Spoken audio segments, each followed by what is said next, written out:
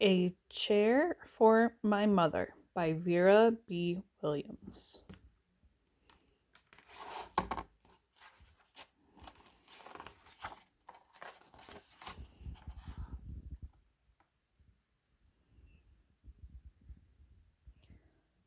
My mother works as a waitress in the blue tiled diner. After school, sometimes I go to meet her there. Then her boss, Josephine, gives me a job too. I wash the salts and peppers and fill the ketchups. One time I peeled all the onions for the onion soup. When I finish, Josephine says, "Good work, honey," and pays me. And every time I put half of my money into the jar.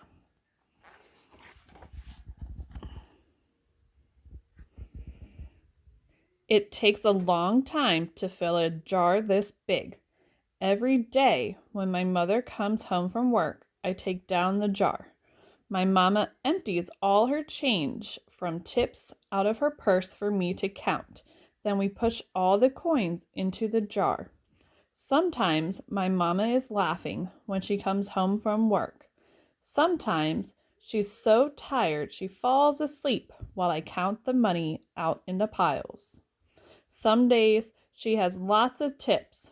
Some days she has only a little. Then she looks worried. But every evening, every single shiny coin goes into the jar.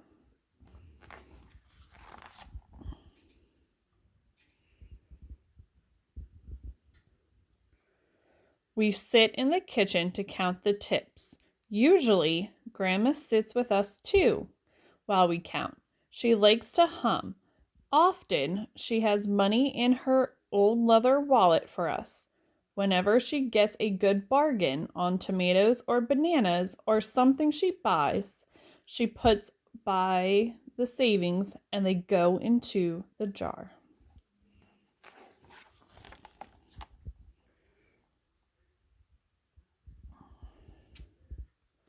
When we can't get a single other coin into the jar, we are going to take out all the money and go and buy a chair. Yes, a chair.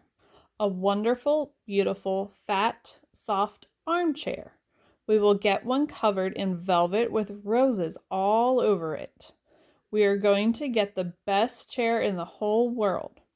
That is because our old chairs burned up. There was a big fire in our other house. All our chairs burned. So did our sofa, and so did everything else. That wasn't such a long time ago.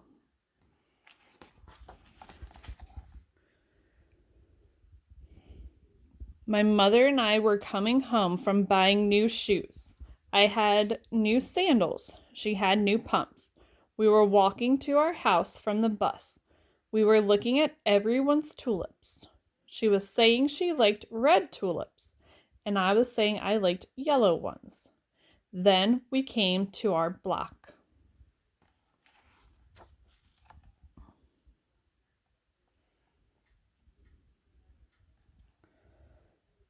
Right outside our house stood two big fire engines. I could see lots of smoke. Tall orange flames came out of the roof. All the neighbors stood in a bunch across the street. Mama grabbed my hand and we ran. My Uncle Sandy saw us and ran to us. Mama yelled, "Where's Mother?" I yelled, "Where's my grandma?" My Aunt Ida waved and shouted, "She's here, she's here, she's okay, don't worry." Grandma was all right. Our cat was safe too, though it took a while to find her. But everything else in our house, our whole house, was spoiled.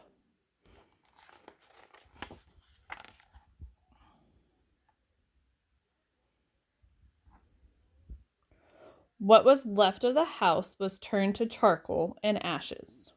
We went to stay with my mother's sister, Aunt Ida, and Uncle Sandy. Then we were able to move into the apartment downstairs. We painted the walls yellow. The floors were all shiny, but the rooms were very empty.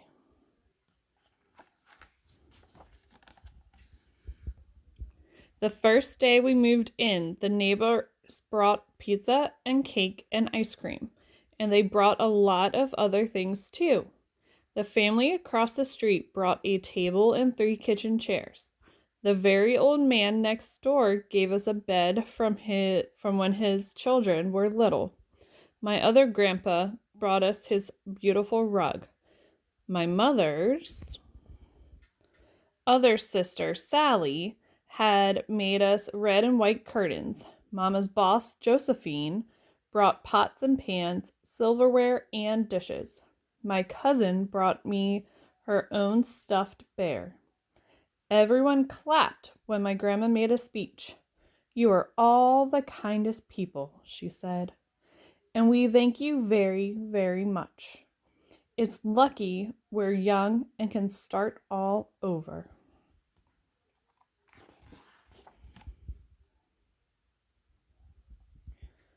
That was last year, but we still have no sofa and no big chairs.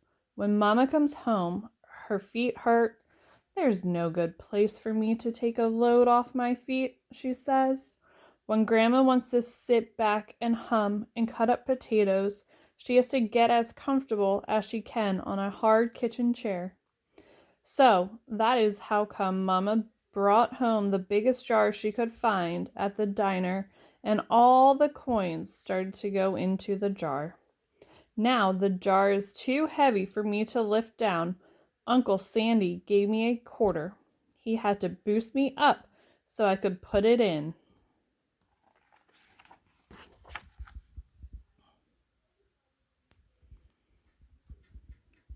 After supper, Mama and Grandma and I stood in front of the jar. Well, I never would have believed it, but I guess it's full, Mama said. My mother brought home little paper wrappers for the nickels and the dimes and the quarters. I counted them all out and wrapped them all up. On my mother's day off, we took all the coins to the bank. The bank exchanged them for $10 bills. Then we took the bus downtown to shop for our chair.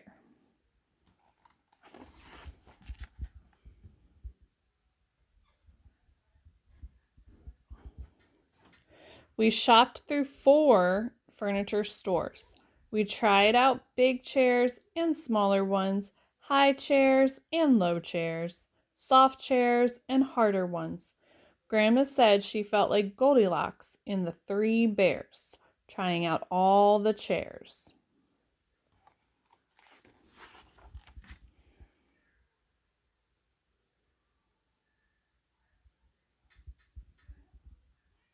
Finally, we found the chair we were all dreaming of, and the money in the jar was enough to pay for it. We called Aunt Ida and Uncle Sandy.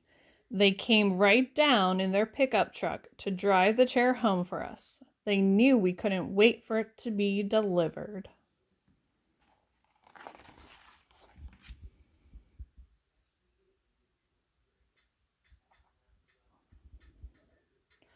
I tried out our chair in the back of the truck. Mama wouldn't let me sit there while we drove, but they let me sit in it while they carried it up to the door.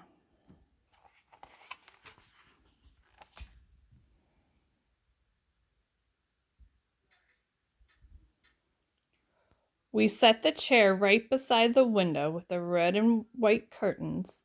Grandma and Mama and I all sat in it while Aunt Ida took our picture. Now Grandma sits in it and talks with people going by in the daytime.